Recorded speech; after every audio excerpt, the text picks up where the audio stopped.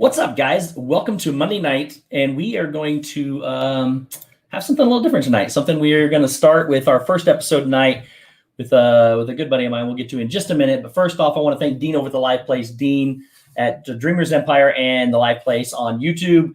It is also www.theliveplace.com. Make sure you go check him out. He hosts our show as well as over 110 shows now. So make sure you check out Dean. My partner channel is Mouse Talk. They go live every Tuesday with Dissanity at 8 o'clock. He goes live with Dan on Sundays for the movie review. And then, of course, he goes live with me on Saturdays for Sports Night at 8 o'clock. And then Rob Fuzz goes live on Fridays at 4 o'clock. So make sure you check them out. Also, my brothers, the This and That crew, Chef Family, Zippity Doodad, Brandy and Dave. Chef goes live on Saturdays at 9. Zip goes live Tuesdays at 6:30. And he's got a very big stream tomorrow. You might want to check it out, guys. Make sure you check out Zip tomorrow at 6:30. And then Brandy and Dave go live whenever they want to. So that's good. And then of course, Disney Dan goes live on Saturdays with Disney Fiasco. So I want to welcome in everybody real quick. Mike Wheeler, Elena K808, Mary Spence, Captain Akron 27, Make It Blue, A Disney Adventure, Julie McCowan, Jonathan Chong, Disno's Adventures, James Ryan, Samantha Lowe, Rachel Fithian, Zippity Doodad, Alex the Filmmaker, Jersey Mike, Thena Amazing, Florian Cat, Joy S, Bill Steffen, G. Wilson, It Jumped on Me, Super Disney Fam, Jack Sandy Claus, Logan, Leanne Sherbick, Deborah Doodles, Surfer Girl 326, Mouse Talk. There's one of my partner channels. Make sure you check them out tomorrow at 8 o'clock. You're welcome, Zip. Zip, I have a picture for you, too. I'll send it to you here shortly. LSU Mom, welcome in. Thank you guys for being here. WDW Dave, welcome in. I never go far enough. I think I got it this time. So Karen Cook, welcome in. Thank you guys for being here. If I missed anybody, please, Dreamers Empire. There's Dean right there, Live Place. Make sure you go check out Dean for hosting our show and 100 something others, 110. Car Key, welcome in. Thank you guys for being here. Guys, tonight, Candy Mom 15, welcome in. Thank you. Tonight we have something a little different. We're going to start a new series. Tonight's going to kind of go with the flow. We'll see how it goes. And we get some ideas for the future, but our good buddy Ryan McDowell has agreed to join us on a new little series that we're going to do. We'll figure out how often we're going to do it. Julia Jones, welcome in. Thank you for being here. But we're going to do a series called Analyzing Disney, where we take something, analyze it, give tips and tricks to what works best. So we're going to break down, in the future, whether it's best to do the dining plan or not, whether it's, break down rides and Imagineers. We're going to have fun with this. Dreamer Deborah, welcome in. But tonight, guys, there's Ryan right there in chat. And while he's in chat, guys, he's also right here. What's up, buddy? What's going on there, Steve-O? So thank you first off for joining us and agreeing to do this series with me. It was actually somewhat your idea.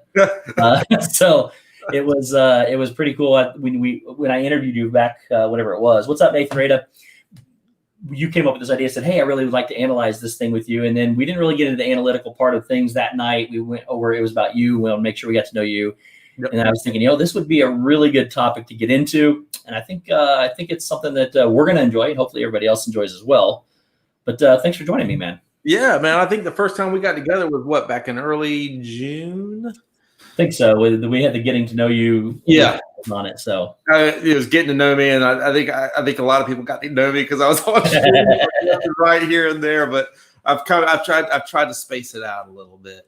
Hey, it's okay. It's okay. We're all still encouraging you to do your own thing.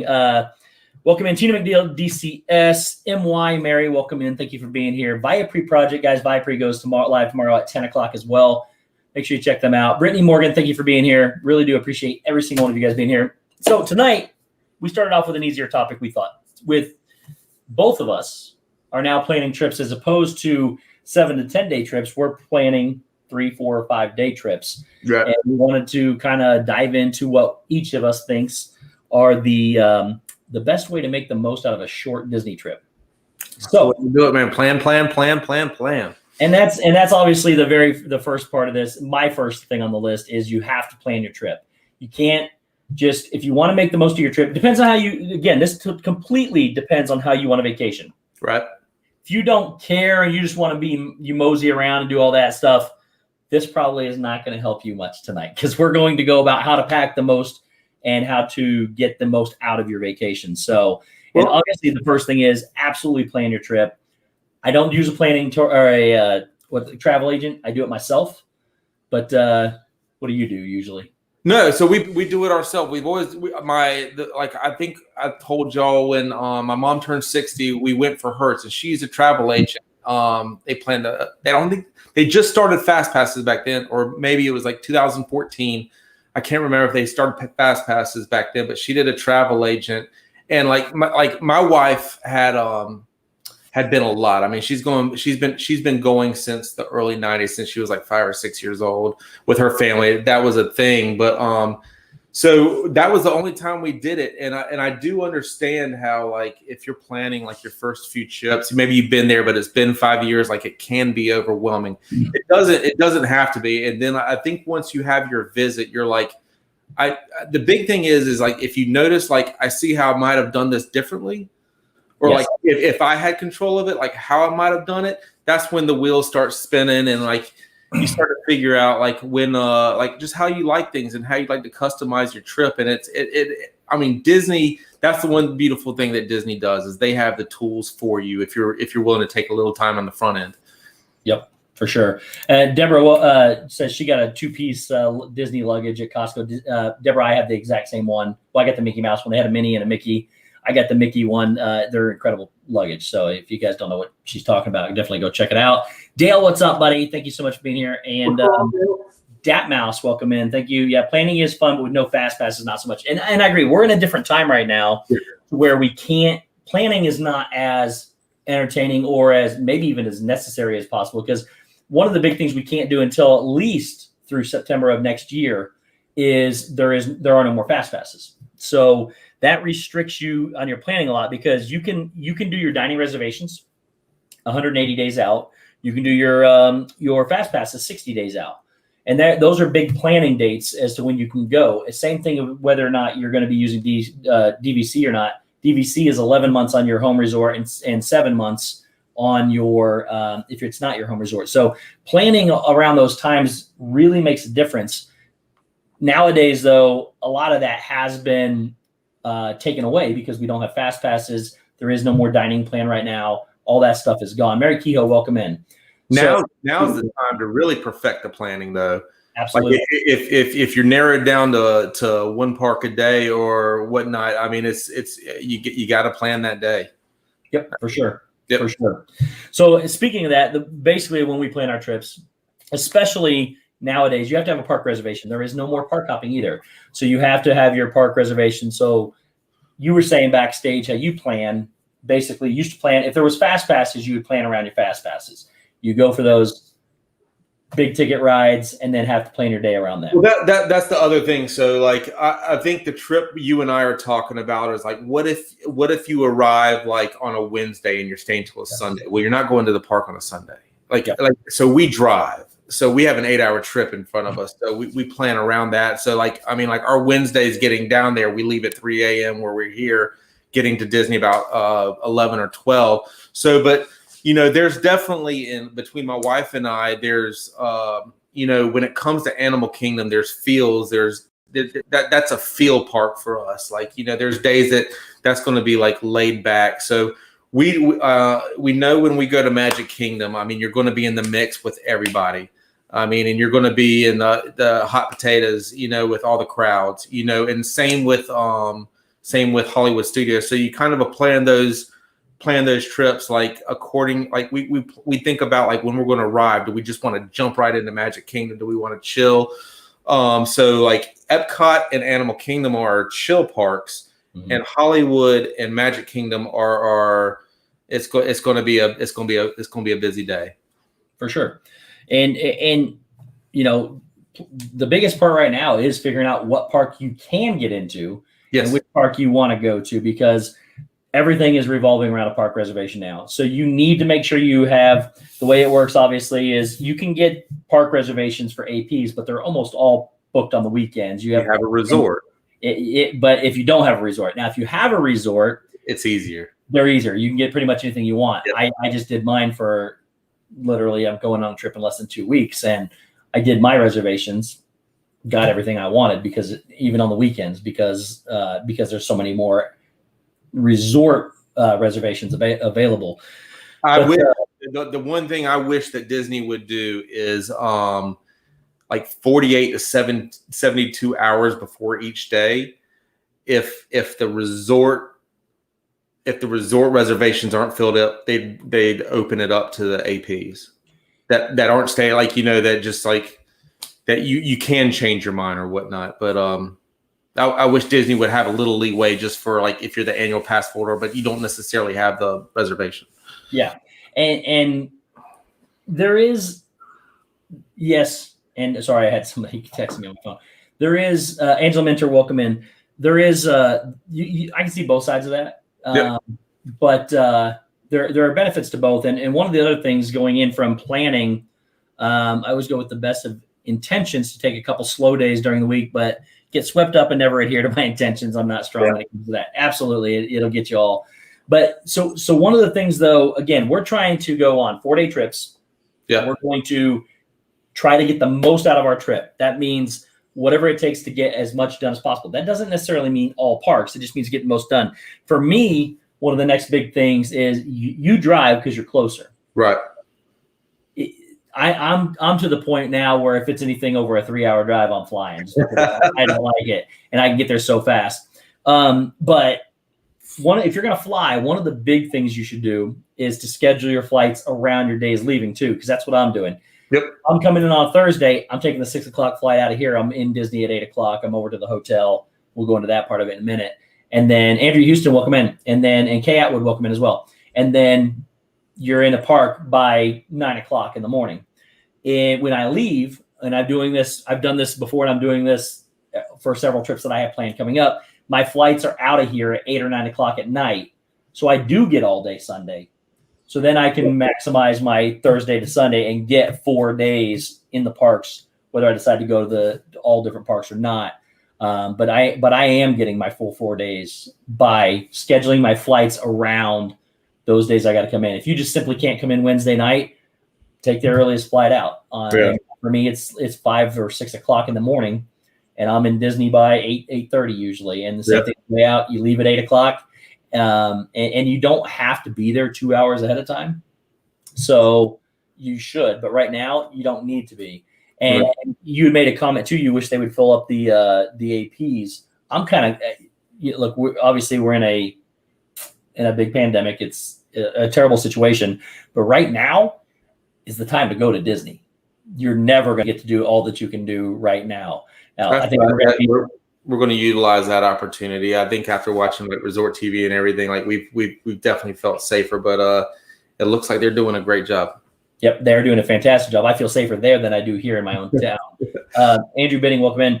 But the thing is too, is you're going to get on so much more. You're going to get so much more done. You don't need the fast pass, really. You don't need a fast pass. Everything I did in 2 weeks ago, 3 weeks ago, everything was a walk on. Everything. What was the longest wait time? 10 minutes. Well, I mean, they say longer than that, but the most I waited in line for anything was 10 minutes. What was that? Corey and I were streaming from Hollywood Studios, and we had one ride that was, I think it said 30 minutes, but I don't think it took us maybe 18 to 20 minutes. That was Mickey's Runaway Railway, and that's still because it's fairly new.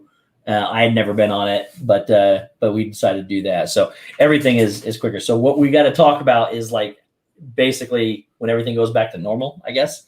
So it makes it, easier to plan. Well, yeah, I mean, like the people here that say they're not going to go during this pandemic, they're going to wait, which rightly so. I mean, rightly so. If you're paying for it, and you're probably not like Steve and I, like just the two examples sitting here that have annual passes, and like it's basically a half a free trip. And they do. I feel like, I mean, like I think the place you stayed at, like Pop Century, like I mean, that's where we're probably going to stay. I mean, it looks like a great hotel, but it's just like it's affordable, and like why not use it up? And plus, like we want to go during this time and just see what it's like, and kind of say we did it, and like feel comfortable that we said to do it. But everybody's starting to think about like as soon as they open it up, and as soon as I can start booking and yada yada, I want to be. I mean, like there's going to be a massive, like influx to Disney, and it's going to happen. Cool. It's going to be beautiful. I can't wait because I have a feeling like this whole community is going to be there, and there's going to be like 100 of us, and we're all going to try to get on the same ride together. and we just all should chip in and shut the parks down and enjoy it by ourselves, like the NBA is doing. Hitchhiking Bones, welcome in Nick Gates, and AJC Magic TV, welcome in everybody. Thank you for being here. So I'm just going through this list. Jump in with your ideas whenever. This is where we weren't. I told you in the future, guys, we're gonna have a little, what's it called, like a summary of what we're gonna do. But right now we're just kind of going back and forth with some of our tips and stuff. So. But speaking of that, though, during the planning process, one of the main things to do is picking that location that you want to stay at. That is going to be massive for so many reasons. Number one, proximity to parks that you have most of your plans at. The second one is for transportation. I saw Hitchhiking Bones put in there whether or not something's next to the Skyliner, whether the monorail runs through it. So picking your resort is going to be a huge factor in making sure that you maximize your plans based on what parks you want to go to. Yeah, I was thinking about this earlier. So if you don't like staying on resort and you like staying at like what is it where the Hilton, Hampton Inn Suites and the Wyndham and all that is so you are catching a little bit depending on how you like to value moderate, high end, how you like to spend money on your stay is I would completely 100%, if you're staying off property, is recommend allowing a little bit of a budget for Ubers and for taxis. And in my experience, and we use them we always stay at French Quarter. I mean, that's where we stay, but we use them there too. So we can if you understand Port Orleans French Quarter, sometimes the French Quarter buses pick up the Riverside buses, and I mean, you're on a bus for 3 days, picking up all the stops. So sometimes we just okay, especially if Animal Kingdom, where you're far away from, and you're like, well, let's just get a taxi, or one of the Ubers, the Disney Ubers, and go over there. Just plan for an Uber trip of I would say between $12.50 or between $10 and $20, and they drop you off right at front, and you almost don't have to wait. If you know you're going to leave the park in 30 minutes, go ahead and hit it. And that's one way, because I think from any resort, wherever you go, if you get on a bus to Animal Kingdom or a couple of parks, I mean, you're on there from 20 to 45 minutes on a bus. Yep. So a taxi or an Uber is a way to get there in 15 minutes. Yeah. And the one advantage to us about driving is sometimes if we just want to avoid the hassle of the bus and leave when we want to, and we don't want to sit there and wait for that bus, is because we're an annual pass holder. We'll drive. It's free parking, and you get to leave and come as you please, and it's typically a lot quicker. You have to be careful of how inebriated you get. Yeah, but we enjoy it, especially to Animal Kingdom from pretty much anywhere, unless you're staying at Animal Kingdom. Welcome in, Ray J. Welcome in, Cheryl Long. And Dat Mouse brings up a good point, and it's one of my tips actually. Is it depends on how you want to do things, but it can be, especially for a 4-day trip, way cheaper to rent a car, and it's going to be so much quicker. Now, I'm an annual pass holder. You can get free parking at the resorts. You get free parking at the parks. You get free parking everywhere. Now, if you're not, is it $15?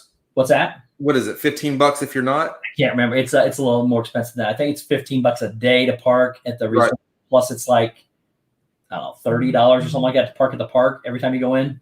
Wow. I can't remember what it is. It gets expensive. So I mean, say you're going to do a typical. Let's cut down to $25, and you're going to go 4 days, $100 there. You're going to spend $15 times. You don't have to do it the Brandy and Dave way, where you have $1,000 for. It's $160 that you're going to pay to park. If you're an annual pass holder, you can get a 4-day car rental for $160 and not worry about paying it. Then you got your own car. You can go wherever you want to. And I personally, even when I'm staying on Disney property now, I get a car because, number one, I know my way around. So that's going to be a big thing too. If you don't know your way around, make sure you got a good Google Maps or something, because you don't want to lose time going anywhere else. But Waze. Yeah.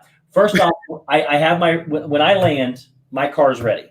Yep. I do pre-check-in, online check-in, and I do the same thing when I leave. I do the check-in early at the through Disney at the airline. So I'm already done with all those. I save time on both ends. That way I can go to the parks longer. But getting that first car, as soon as I get off, I go straight to the get my bags if I have them. I try to get your stuff in. That's another thing too. Try not to do a checked bag. Try to carry on so that you can just get on and get off. But I go straight to the car, get my car. I'm out the door, not waiting on Magical Express to check me in, which is, by the way, again, we're talking about packing in as much as possible. We're not talking about enjoying the magic and the first time of everything, because if that's more important, and that is important to me. This is just how to get the most out of it. Sister Gigi, welcome in. But that is, you want to get in that car, you want to get going, you want to get to your resort. Again, I've already checked in online so that by the time I get there, I'm driving straight to the resort, checking in to see if I can have my room, because that sometimes the room is available, especially now. If that room is available, Kyle's Vlog, welcome in, buddy. If that room's available, you're going to want to go put your stuff in the room and you're free. Do what you want to do from that point on. But having that car will allow you to go in there, drop it off. If it's not ready, your stuff's in the trunk, just go to the park, go wherever you want. You're not waiting on buses, because you said it could take up a little while. It can take up, especially All-Stars. They've kind of changed it around a little bit now, but All-Star goes sports, movies, music, I think, or sports, music, movies. I always stay in All-Star Sports. I used to stay there. I would definitely rent a car at All-Star. Yeah, because the bus will come pick you up, and if it fills up, it skips the other two and just leaves. Now, they've tried to start dedicating buses to all three of them, but I've been there when they do that. And I'll never stay at All-Stars again. I love it. It's fantastic. It is. If you want to go anywhere, it's going to be forever. I meant to meet Shep one day when he was coming in, and it took me more than 45 minutes to wait for my bus and then get on the bus to go, not even all the way up to Magic Kingdom, just to like the downtown Disney Springs area. And then the same thing, I had to turn around and go all the way back. I mean, I lost 2 hours just waiting on one bus there and one bus back. So it's so much better to have a car. I think it's important though, like for those people in the community and whatnot that are listening to, like, if you're staying at All Stars, I mean, the important thing is like, pull up Google Earth or the Disney map and just like familiarize yourself with where All Stars sits in relation to everything. And then like understand that like that's, there's people that are staying there that have never stayed there before. And so like they're looking, just like Disney's expensive and they're looking to cut the value on the resort room. And then there are people that just love All-Star. And then there's people that like, if we go to Disney, we need to stay at All-Star just to make this vacation happen. So, I mean, like the value resorts always going to hit up. I remember one time we stayed there, we did a spontaneous 3-day trip where we were going to be at the park for 2 days at the end of like a beach vacation. And we were like, screw it, let's go down to Disney and like yuck it up for 3 days. And the only thing we could find was All-Star. And the bus line was not in the shade. And then 2, I mean, it was big, and they used the double decker or like the 2 bus links like that are, they're Arcadian in the center. And I mean, you pack that full of people. It takes a while to get there. If you're going to go the value way at All-Star, see if you can budget either that, like what Steve's talking about, that car and what that might afford you. Or like I said, the Uber is great. They'll pick you up and like these guys are like a bee's nest around Disney. I mean, there's Uber and taxis circling around, just waiting to pick you up. Like, so if you want to get an Uber or a taxi, it's usually like a 3 to 5 minute wait. And you usually can do it from your room and choose one that'll be there in 10 minutes. If you're like, I'm leaving from my room now, it'll take you 10 minutes to walk to the front. My car will be there. They'll wait for you. And then they'll take you there. Just budget about $10 to $20 per trip. But I mean, that's the way to do the value quick trip is renting the car or doing the Uber and taxi. It's such a beneficial way to use your time. Welcome in Donna Jaworski and Isaac Nail. And if you're going to do that too, again, if you're going to spend anywhere from $8 to $10 one way, just assume that. So if you're going to do it, and Lyft is actually cheaper than Uber. If you guys get down there, Lyft is in Disney have some kind of partnership. It's actually cheaper. Lyft actually operates the minivans on property. So minivans, Ubers, and Lyfts are all the same basically down there. But the fact of the matter is, though, is they get expensive. They can go anywhere from $10, $20, sometimes even $30 for a ride. In that time period, you could have rented a car easily. Exactly. And be out of there as soon as you want to be out of there. And we were talking about that. One way to offset that, you're like, how do I afford this cost with like going in the park, every park allows you to bring a water bottle in. Yep. And like, just think about how much money you spend. Was it $4 or $5 on those Dasani water bottles that Coca-Cola makes? Yep. Bring your water bottle, fill it up. They'll give you ice. I mean, it just, there's ways to, like, if you think you're going to use a car, you think you're going to use a taxi or Uber, there's ways to offset the other costs in other areas just to maximize like more of a convenience than the other. Like, I'd rather spend money on transportation all day than a water bottle. Yeah. And there's so many ways to kind of think that. Again, and somebody, G. Wilson, I think it put in there, T-Town, Mary Ellen, welcome in. I think G. Wilson put in there, they want to go to the Disney transportation, so they're going to budget it, and that is absolutely fine. We're not talking about how to get the most for the magical experience. So this is your first time. We're not talking about that. We're talking about for people that go all the time, that want to cram as much as possible into it, that these are the fastest ways you're going to pick up time. You're going to pick up efficiency. You're going to pick up things to be able to maximize the number of things you can do. Well, if you have an addiction like Steve and I do, like, you need to figure out ways to save money. Yeah, for sure. And here's another thing. So again, staying at those value resorts is okay. Pop Century. If I'm going to stay at Pop Century, number one, it's awesome. Mickey's Magic, welcome in. It has. I always get a preferred pool room every time I go, because it's going to put you right next to the main building. Yep. So you're going to get out, you're going to be at the main building, you're going to be gone. So I always do that if I'm going to stay there. I know this is going to sound bad, but now that I've started cutting my trips down to 3 or 4 days and going a lot more, I'm using up my DVC bit more now, and I'm also staying off property now more at the Hotel Plaza Boulevard, which is centralized in Disney, and it's only right down the road from Disney Springs. Walk to Disney Springs, yeah. Walk to Disney Springs. And you're right next to, so you can either walk to Disney Springs and take the buses out to parks if you wanted to, or to a resort in the park. And then, or you could do the whole, you're right next to Epcot, you're right next to Hollywood Studios. So I'm finding it for efficiency and price wise, it's best to stay off property right there. Now, again, we're taking the magic out of it and going with how to yeah. You don't get the extra magic hours. And I was just about to say, like, well, there's not any right now, but we're talking about planning for the future. But yeah, absolutely. You do miss that. But like, so that's another key thing that my wife and I look at is during our trip, we always, and the calendar's accurate, is we look at what days and what parks have the extra magic hours.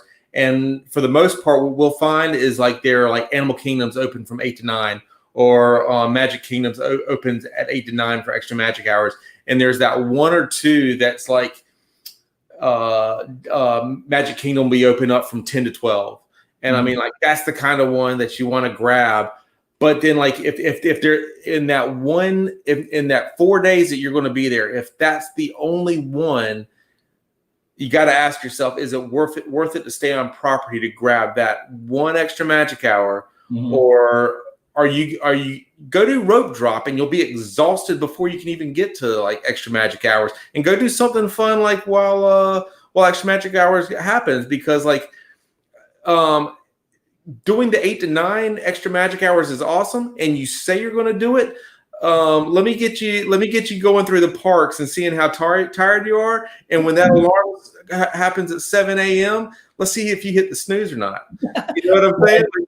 That's actually on my list too, is you need to make sure that you stay rested, because the more tired you get, the slower you're going to go. You're going to drag and you're not going to get anything done. So take those breaks to go take opportunities to do other things.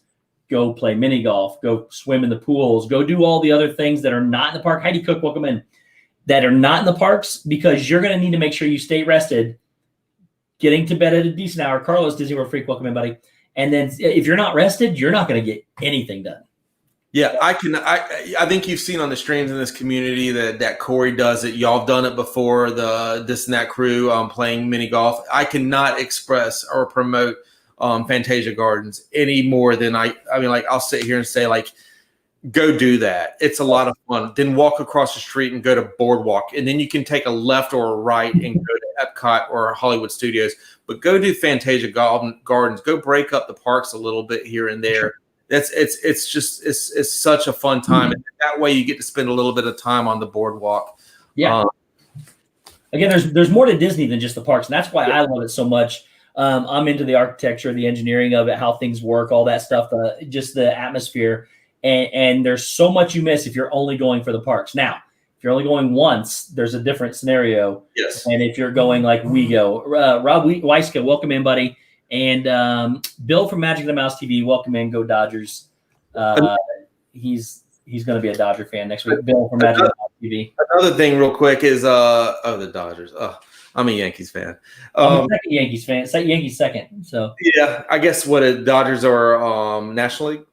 Yeah. And Yankees are American League. Yep. Yeah. So no, but the other thing is that our community does real well, especially Resort TV, and Corey's done it quite a bit. Is if you're not going to use a whole park day, or you're going to go to Epcot and you're like, I don't know what I'm going to do, go do a monorail hop. Such a way, such a nice, inexpensive way to spend a lot of time and fun with family.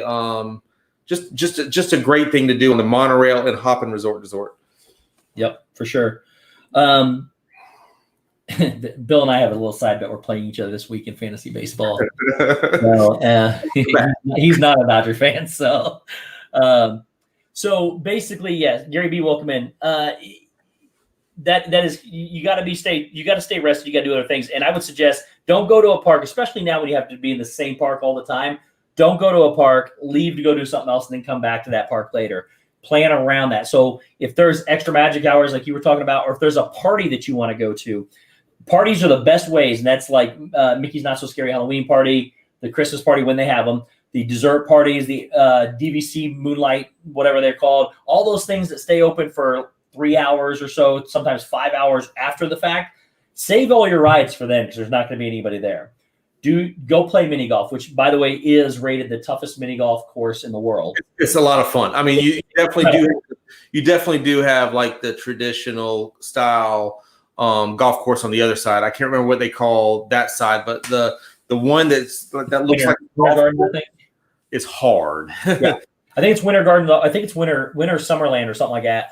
Judy, welcome in, and Piglet Roo loves Disney. Piglet Truski, welcome in. So yeah, you got the easier course on one side, which is for families. This other course is, I mean, you got 111 yards. They play at par 72. You play it with just like a regular golf course. There's sand traps, which if they're hard. There's water traps, things like that. I mean, it's got pars all listed all the way, and some of them are par fives. So it's a tough golf course. It is. And you can hit it in the water. Yes. I think you were hitting on something there, though, that I think would be fun to talk about is like when you're talking about special events, or you were talking about if you want to make it to this party, or you want to make it to this dinner, or you want to make it to this whatever. I mean, if that's something in your trip that you're wanting to do, plan around that. Yes. So like, say if you want to do the dessert thing at Epcot, don't force it. Don't make Magic Kingdom like your day, or Animal. Definitely don't do Animal Kingdom then Epcot. Yeah. Because I mean, like you're two worlds apart. But like if you want to do that fireworks, what is it? The dessert, where you get to eat dessert and watch fireworks and everything, and that's something that's going to happen at night. Like, focus that day around Epcot, and maybe you can do like Boardwalk and Fantasia Gardens before, and kind of trickle into Epcot as that happens. Or you can do the pool at the resort. Like, you don't have to. I guess the big thing, like Steve and I are like looking at here, is like you don't have to wake up at 8 a.m., be at the park, and be there at 11 a.m. You can space it out, get a lot of things done if you plan it correctly and plan it around what you want to do. Yep. And in these times right now, especially, and if you're going on a shorter trip, believe it or not, a shorter trip is the best way to get a lot of things done that you never knew existed in Disney. Especially, I love to resort hop. I love to go resort to resort to resort. You can't do that right now, but I love that too. But going and just go to a resort and check it out. Spend some time there, enjoy it, check out the food and all that, and see what's going on there. Just see some other things. But again, when you go to the parks, when their crowds are there, it's going to be crowded, it's going to be hot, and you're going to stand in line for 40 minutes to an hour and a half every ride you want to ride. That's when you got to have your fast pass. If you don't have that, you're going to waste all your time there. So plan those trips around extra magic hours, early park openings or late park closings. Make sure you have those make sure you're doing those kind of things and being able to get as much done as you can when you go and experience all the rest of Disney during the rest of the day. Another fun thing I was talking about with my wife. I got coached on what to talk about tonight. So, but when we stay at French Quarter or Riverside, and I don't think, I could almost 99% say that it's just not closed to people staying at French Quarter, but there's activities at every resort. They're showing a movie on nights. Yes. They're doing scavenger hunts at French Quarter. They're doing art with kids. So you can get creative sometimes without always having to be in the park and enjoying some stuff outside. Like I said, like Steve was saying, like the resorts are a lot of fun to spend some places. And like as my wife and I do, so like we're more early birds, so we get to the park early. And we'll plan our fast passes about so we'll choose each day what park we want to go to, but we'll get there early and kind of set our fast passes there. But by about 12 or 1 o'clock around lunchtime, we'll come back and spend about an hour or two at the resort, recharge our batteries, go to the pool, hang out, have a drink, just kind of get off our feet a little bit. And then about 3 or 4, depending on how we feel, where we want to eat or whatever, we leave that open to whatever might happen. We can go to Magic Kingdom now. We can go do this. Would you like to go? We've even gone to Magic Kingdom because we like Peso Spill when we've been in Epcot all day. That's just where we want to eat dinner, but we're going in and we're going really in to go eat that. We might ride a ride and come back out, but it's that's the planning part of it. That's that you can kind of get intricate into and how to get a lot out of it, but also get some downtime because you need it. You absolutely need it so you don't burn yourself out. And those are when you need to do the relaxing things like mini golf. Well, sometimes it get frustrating, but you need to plan those relaxing things in there. That doesn't mean you got to go back and lay in bed at the hotel. We're not saying that by any means. It's relaxing things in with it so that you don't get overwhelmed. Michael Riley, Steamboat Disney, R. Johns, welcome in, guys. Thank you so much for being here. And somebody had mentioned something about food. I know Donna said she went to Sanaa, and some people were talking about planning your food accordingly. Again, trying to pack everything that you can into a trip. Don't do any sit-down restaurants. It's not going to be worth it. You're going to kill a lot of time. Skip the dining plan. That's for sure. Or you can't do the dining plan right now. I prefer, even if I'm doing that, though, I still go with the quick service dining plan just because I like having it paid for up front. Yeah. So you have the quick service plan. You're just going to walk up somewhere, use a credit, and you're going to be done. Same as if you were going to pay for it. I just like paying for it ahead of time. But yeah, don't do the sit down dining plan if you're going to try to push things out the door fast because you're going to want to be able to speed up eating. And also, I would suggest buying a toaster for your hotel. No, you don't need to go anywhere to eat breakfast. Pop-Tarts, granola bars. You can take it into Disney with you. Yeah, they don't mind. Water, take your own breakfast, take your own food with you. The only thing you can't do is have it open. You can't have an open drink come in, or you can't have an open piece of. You could. Yeah, I guess you can have Ziploc baggies of stuff, but. Bill and I have right now, currently, Bill and I have a bet for fantasy football. He's a Phillies guy. I'm a Dodgers guy. Loser of our battle this week has to wear the other one's hat. I am myself and Jim from More Sunshine Please are way out in front of everybody else in scoring. We're not both undefeated. We're only 4 points separate us. So we on paper, I should win this. I told him anything can happen though. But the loser has to wear the other one's hat. He just asked me, what size baseball cap do I wear after he loses the bet? I didn't realize this until a week or two ago, but Dodger Stadium, I think, is the biggest capacity baseball stadium in the Major League Baseball. It is. I don't know if it's the biggest, but it's the third. They don't really use. They're moving but I thought it was the biggest seating. It might be now. I don't know that for sure 100%, but I do know that 100% is the third oldest behind, I think it's Fenway and Wrigley. So, but it's getting there. Andy J, welcome in. Thank you for being here. So, it's going back to Disney, the eating and everything, go quick service or bring your own stuff. Alex Miller, welcome in. Bring your own food. There's ways to get around that. If you're going to try to cram everything you can, do not do a sit-down menu or sit-down restaurant at Disney. with that caveat comes mobile ordering as well. If you're going to do quick service at all the quick service restaurants, mobile order. As you're walking from one place to another, figure out what you want to eat, order it mobily.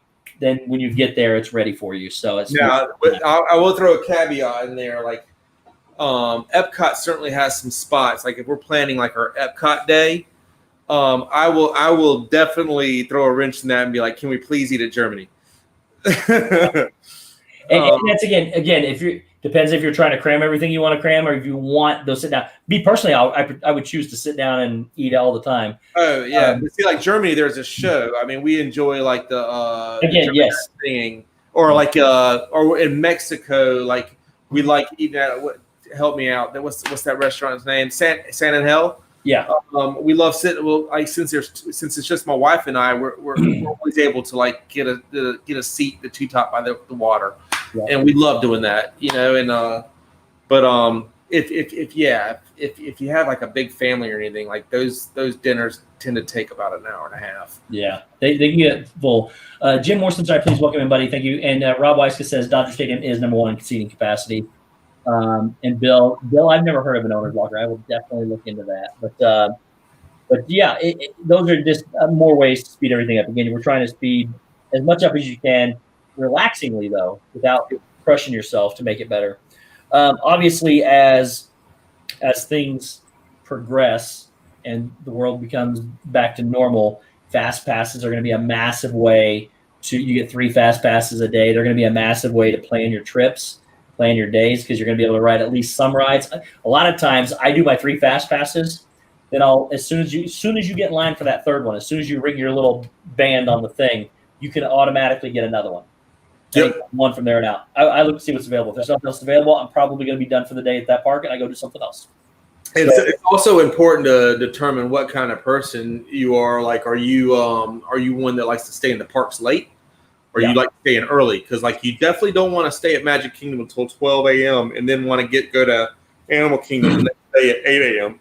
So it ain't going to happen. Yeah, exactly. Hitchhiking Bone says 1 sit-down meal per day is great. I completely agree, but you are going to have to. It does relax you 100%, but you're going to eat up an hour and a half or so. And if you plan for that and that's the way you want to do it, absolutely fine. I personally love the sit-down restaurants. I'll sit in them. I'll take my 2.5, 3 hours, but I'm not trying to cram everything I want to. We're just talking about how to maximize it if you're trying to go. And Brittany Morgan says, if you plan it out right, can you do all the rides at Magic Kingdom in one day? Right now, yes. On a normal day, no. It's not going to happen. You're going to spend a very, very long day at Magic Kingdom if you're going to try to do it. Andy Prisco, welcome in. And so you have to get there at park open. You got to have your 3 fast passes. But a lot of times in there, you know, your Jungle Cruise, when crowds are at capacity, Jungle Cruise is going to be over an hour.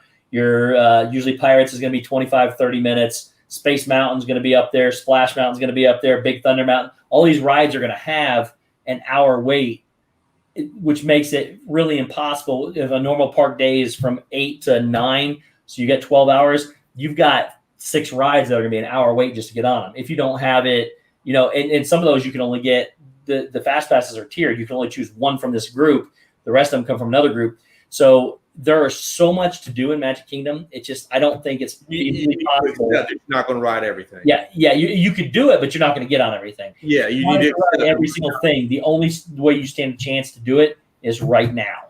Yes, and again, like if you're planning a trip, so when you go to Magic Kingdom, I mean, I think we all know when the rope drops, and you know, they do like the little character celebration up front before they open up all 4 corners. Everybody runs to the mine train. Morning time is a great opportunity. I mean, you can walk over to Space Mountain and just walk on it, and you can usually do that for the first hour. You just rotate, and like the whole fun thing to do in there is Space Mountain. You can do Toy Story. That ride. I mean that tends to get like a bigger line, but you can kind of like you just need to pick a direction you need to go or want to go in, and some of those things that you didn't get a fast pass for and might have a long line. You can certainly in the morning, besides Mine Train, you can walk on, At least till I would say like a lot of people start coming into the parks around like 10:30, between 10 and 11, it starts to get packed. But if it opens up at like 9 and you get there at 8:30 and they let you go, I mean, that's your ticket. Yeah. So I'm looking real quick too. There's approximately what I would consider rides and attractions right now, approximately 33 right now that are open and running, not counting Tron and all these other ones that are coming in, not counting any character meet and greets, not counting any shows or anything like that. There's approximately 33 different things you could do in a 12, 13-hour day. You're going to need to do 3 an hour. The wait times just would prevent you from being able to do that. I saw someone, I'm not sure what Bill Stefan is necessarily referring to as far as you're talking June and July. I don't plan trips, my 4-day trips in those months between June and August. Like this is not that one with the heat, but I mean, it's just like, that's when the parks are full. That's when kids are out for the summer. And I think everybody and their mother in Florida has an AP or at Disney during those times. I'm talking between July and May, and then September to December, somewhere in there. And like, you always kind of want to work in, if you can. Like, I mean, I think Steve and I've been talking about like Wednesday, Thursday, Friday. Like, those are your golden days to like get as much as you want done during those weekdays, because the weekend comes and it starts to get busy again. Well, then a big reason for that is, so there right now there is no more non-peak time to go to Disney. It's packed all the time. There are slightly lower crowds in February and in September leading up to fall break in October. Corner Sports, welcome in. But you ate at Le Cellier. Nice, Tommy. So there's a couple things you want to try to do. If you're going to plan a trip, don't come in on a Saturday and leave on a Saturday if you can help it. You want to come in a little early. Steve Murphy, welcome in.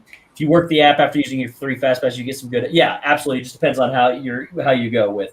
And fast passes are unfortunately down for another year, but eventually we'll get them. So you want to go on. You want to come in at least on a Thursday if you can help it. Come in on a Wednesday, and here's the reason why.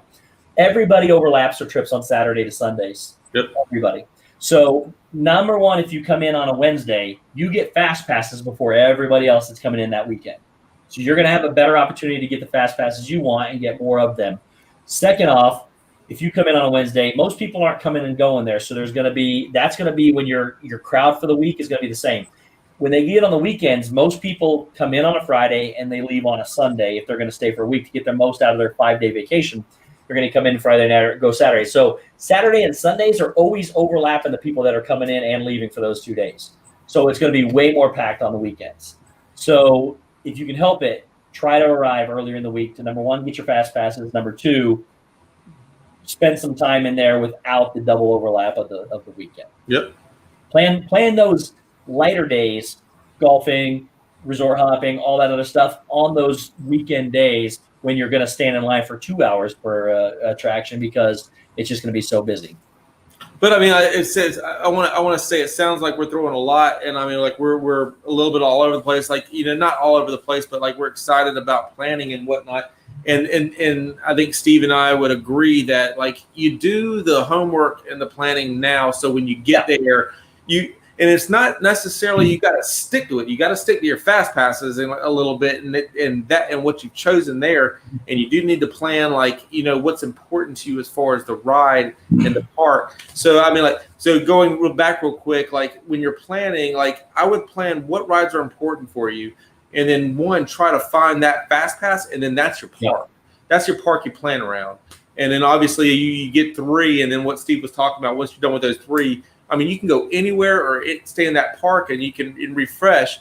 But like if you do the planning on the front end, when you get there, you have an outline, and like you can amend it here and there as you want to. But like you don't really have to think about it, or you don't have to spend so much time figuring out what you're going to do, because you've already done that planning, and then you get to enjoy. That's the thing too. It's fun to plan. It gets you. It gets you in Disney mode the whole time.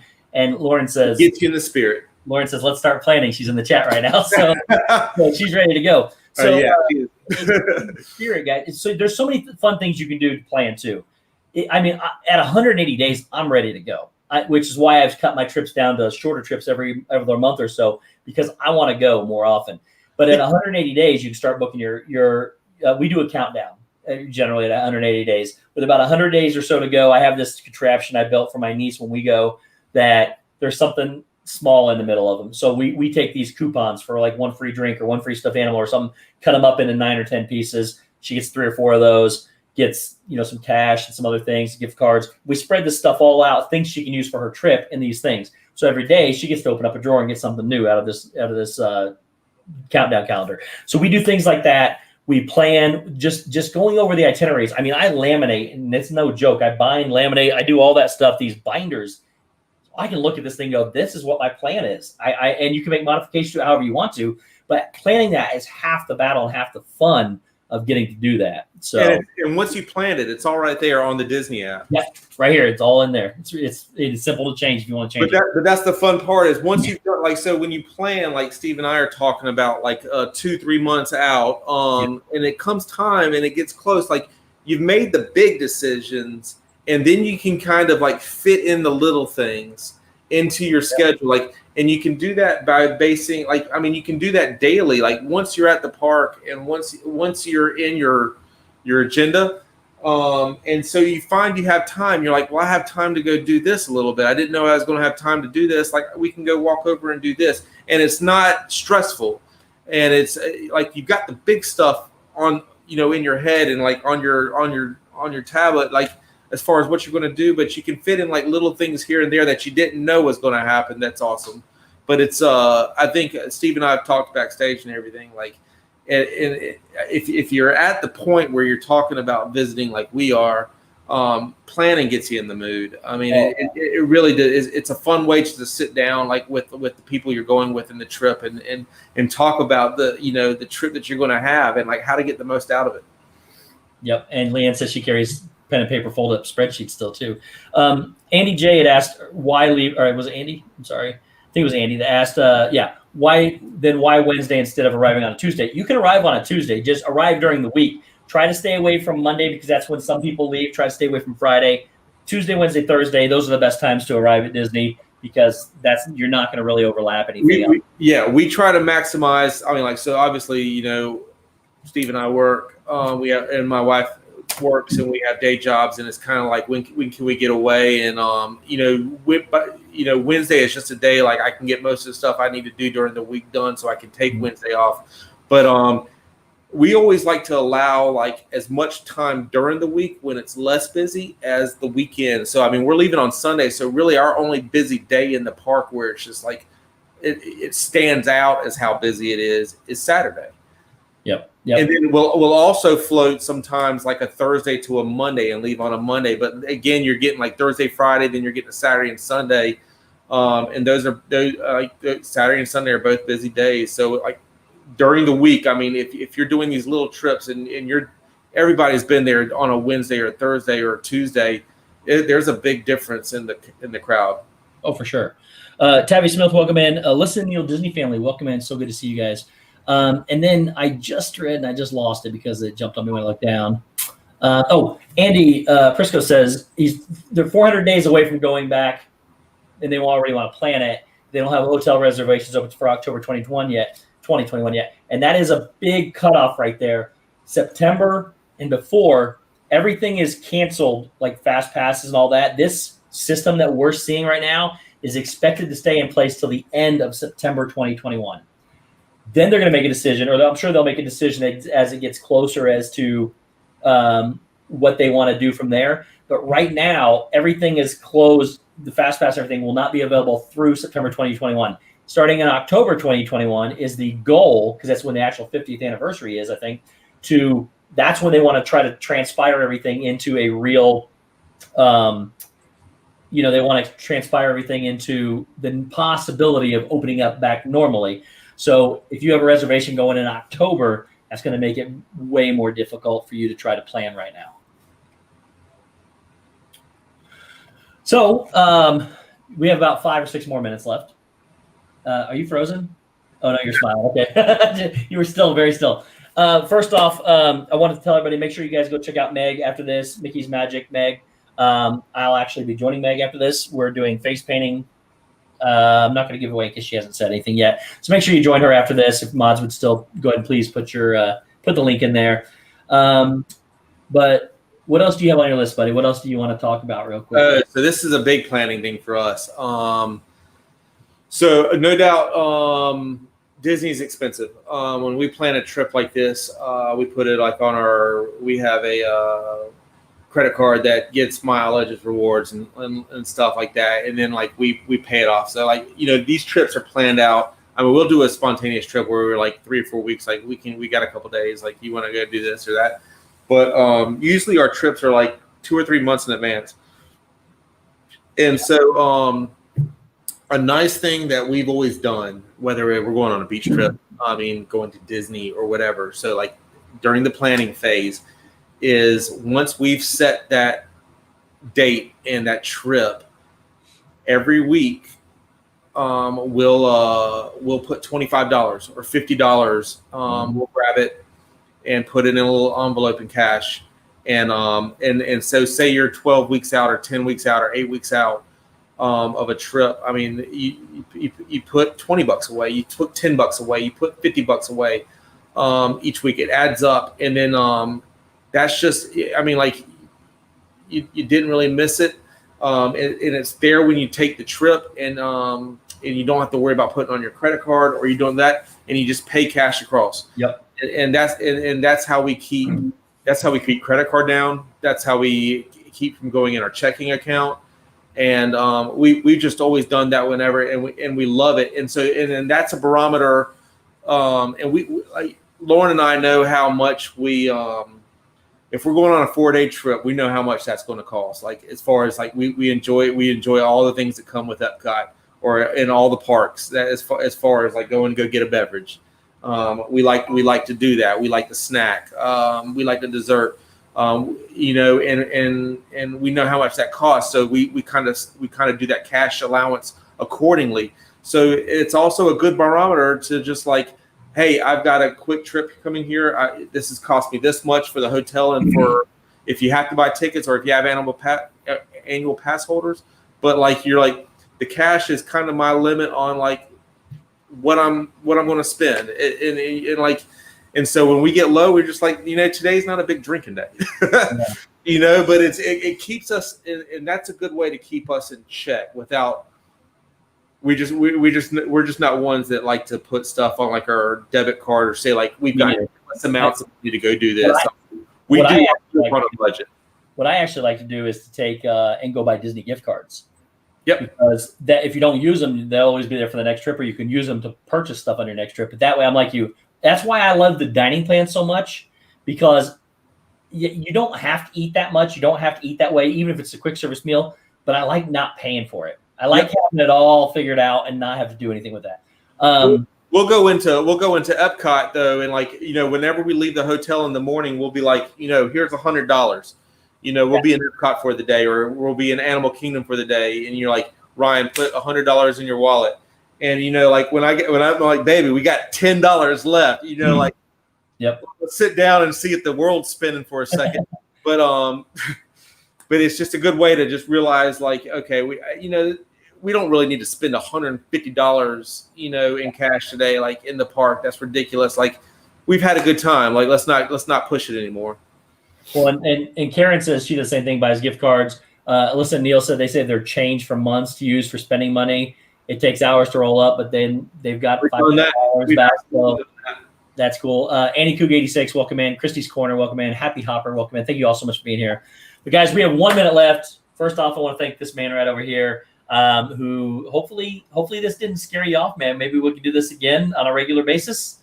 That's the goal, anyways. Hey, Steve, if you're asking, I'm coming, brother. This is our thing now, man. So I want you here. It was really his idea. He said he would love to get analytical with me one day.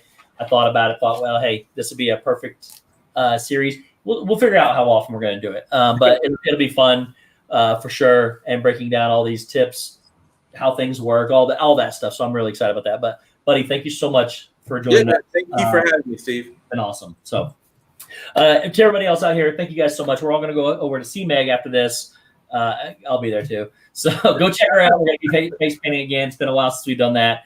But to each and every one of you guys, I greatly appreciate you. Appreciate the support all the time. Make sure you go check out this guy because he's going to have a channel one day. He's got a channel. He's going to have a show one day. Make sure you go check him out too. But guys, absolutely love each and every one of you. Thank you so much. And we will see you guys next time.